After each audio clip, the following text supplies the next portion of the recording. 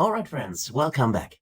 Now in the last video we created our measures table for the current only specific measure we have, which is total sales. Now we could also be interested in create a few additional measures, for instance total cost. Now in order to calculate the total cost, let's have a look at our data one more time. So if I go to the data view here and I would select my sales table here, I see that in here I have a product ID. For the product ID, for instance, this PID, so product ID 2077, I have currently a quantity and I have a price. Now this price, of course, is a selling price.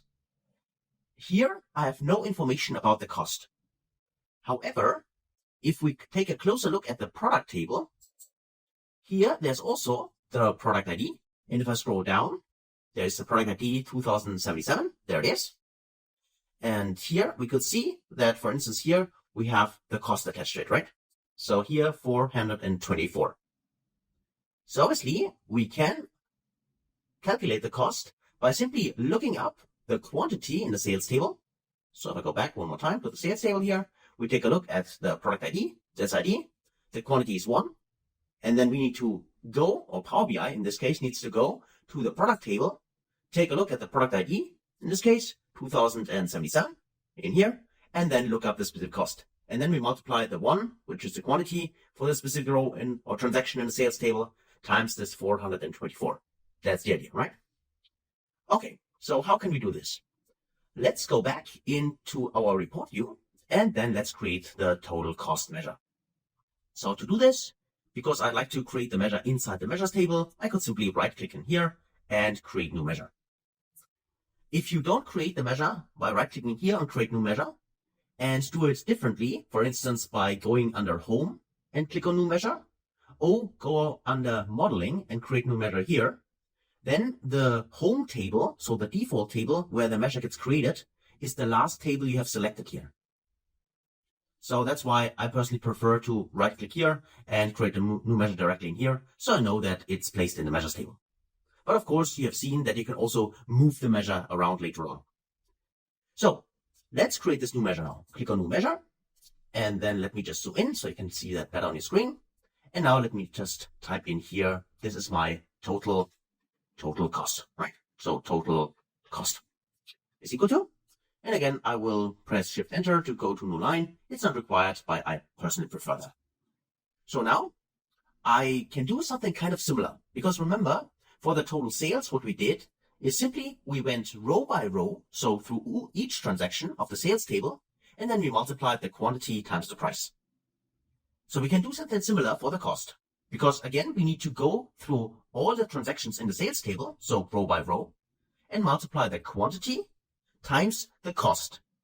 The only difference is that the cost now is not part of the sales table, it's part of the product table. Okay, so let's try that.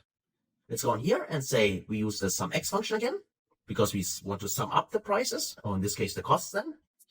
And then we need our table, which again is the sales table, which contains our transactions. And then as an expression, we can refer to the quantity. So quantity, there it is. And I can press Tab to select it. And then we can multiply this, so not minus, but multiply it in this case. And now we can type in the cost. So let's do that, cost. And you see, the cost is not picked up by Power BI. So obviously, we are not able to refer to cost here. So if I type in CO, you can see that there are a lot of expressions, so Power BI expressions or DAX functions in here, but there's no cost. As soon as I type cost, nothing happens here. There's no IntelliSense. So what's the issue?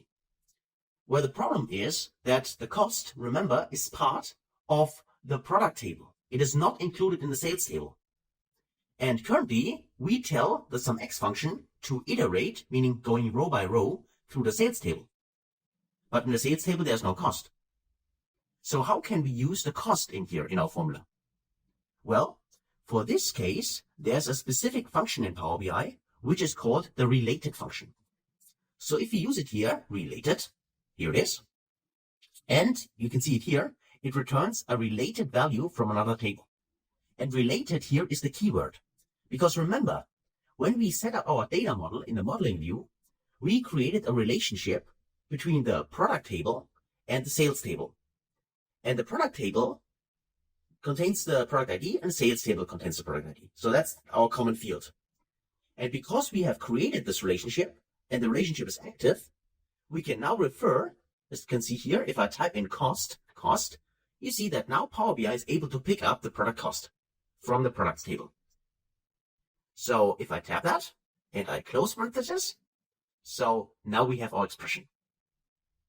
So we go each row in the sales table, so row by row, we iterate over it, we take a look at the quantity in the sales table, and for each of the sales, we use the related item from the product, and there we refer to the cost column.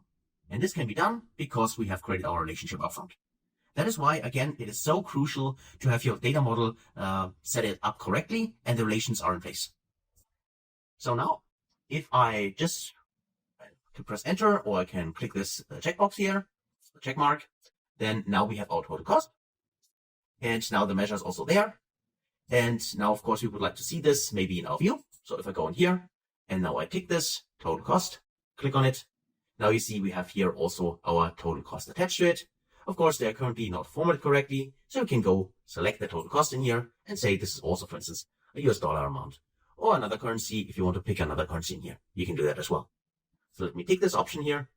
And then you see that now the formatting has changed. And now we can see here the total cost as well. So that's how that works. So now we have calculated our total cost as well. And I think we could create a few additional measures. For instance, now we have the sales numbers, we have the costs attached to it. So why not calculate, in this case, the profit, right? And in this case, I keep it simple. The difference between sales and cost is simply the profit. Okay. So let's do that. So let's then right click on the measures table, right click here and say, again, we want to create a new measure. So there's our measure, and let's call it simply total profit. Okay, total profit is equal to shift enter for the new line in case you want to do that. And now we can calculate our profit. And as I said, it is simply the difference between the sales and the cost. And the interesting thing is now, of course, because we already calculated the total cost and the total sales, we can refer to those measures. So a measure, like in this case, our total profit, can be defined by referencing other measures like total cost and total sales. So that means I can simply type in total, and you can see there it is, total sales. And then I can subtract, so minus, in this case, total cost, like that. And those measures always have a purple color to it. That's normal. That's just a visual indicator in Power BI. So, and this is our total profit. So let's press enter to evaluate it. And now we got our total profit here as well. And also let's just quickly check whether it works. So let me make this smaller. Let's make this a little bigger. So make this even bigger and drag this a little bit to the side like that. So we got a little bit more space. So let's also put this inside. So go inside our table and then also add the total profit. Let's go here. Let's do that. And also, of course, we'd like to format this. Go one more time in here and format it. And now we got our total profit. So this value minus this value, it equals this value. And this is true here for all the different kinds of products. Okay. So that's actually the second calculation. So our total profit. And let's maybe finally for this video also create a third calculation, which is the profit margin. And the profit margin is here simply the profit divided by the total sales. So let's do that. Of course, feel free to pause the video and do it yourself if you want. Otherwise, let's do it together. Click on, in this case, currently I have the measures table selected, so I could also create a new measure in here. And you see that now the measure also gets created inside the measures table directly. So in here, and call this maybe profit margin. So go here and rename it. So profit margin is equal to, and I say for the profit margin, it's simply the total profit divided by, in this case, total sales. Here we go. So this would work. However, as a tip from my side, as a best practice tip, you normally, when you do any kind of division in Power BI, you don't do it like that. The reason why you don't do it this way is it could be the case for whatever kind of reason. In this case, it's quite unlikely. But if you do any kind of division in Power BI, it could be the case that your denominator here is 0. And is that if that's the case, then you get a division by 0 error. You probably are familiar with this from, for instance, Excel, right? And in order to avoid this, there's a special function in Power BI, which is called divide. So instead of using this slash here to divide those two values, we could say in here, go up here and call divide. There it is. And divide means a numerator and a denominator. And we can also give it an alternate result, just in case the division returns an error. That's the third argument here, which we can specify. It's optional because it's in brackets here, but you could specify something else if you want. We can see here it's called save divide function with the ability to handle divide by 0 case. That's the case, and that's why this is best practice to use divide instead of simply using the slash. So that means we have our numerator, which is in this case the total profit. Put in a comma in here. Then we have our denominator, which is total sales. And in this case, we simply can close parentheses. I don't give an alternate result. It's not required. Even if this would return an error, then it would simply return a blank if you use the divide function and does not show the error. But of course, you could also give it a third argument, an alternate result if you want. So that is that. And now let's actually check that and create the measure. Now we got our profit margin in here. And now let me actually select this visual first and also select the profit margin first. Let's actually convert this to a percentage value. Click on display value as percentage for this column. Here you can specify how many decimal numbers you want to have. Choose the default value. And now if we go in here and check that box, now we can see here, this is the profit margin we get for each of the products in this case, and also, of course, in total at the bottom here for the line. And this is actually it for creating our first measures in Power BI. So, so far so good.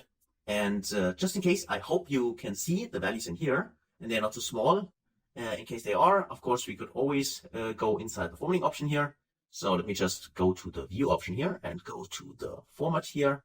And then for our table, of course, inside the value section here, we can, of course, increase the font size and make this bigger if you want to do that. But hopefully you were able to see this. And of course, if you followed along, which I really hope you do, then of course you have it in front of you as well, even during the video or after you have watched the video. So that's it for this video.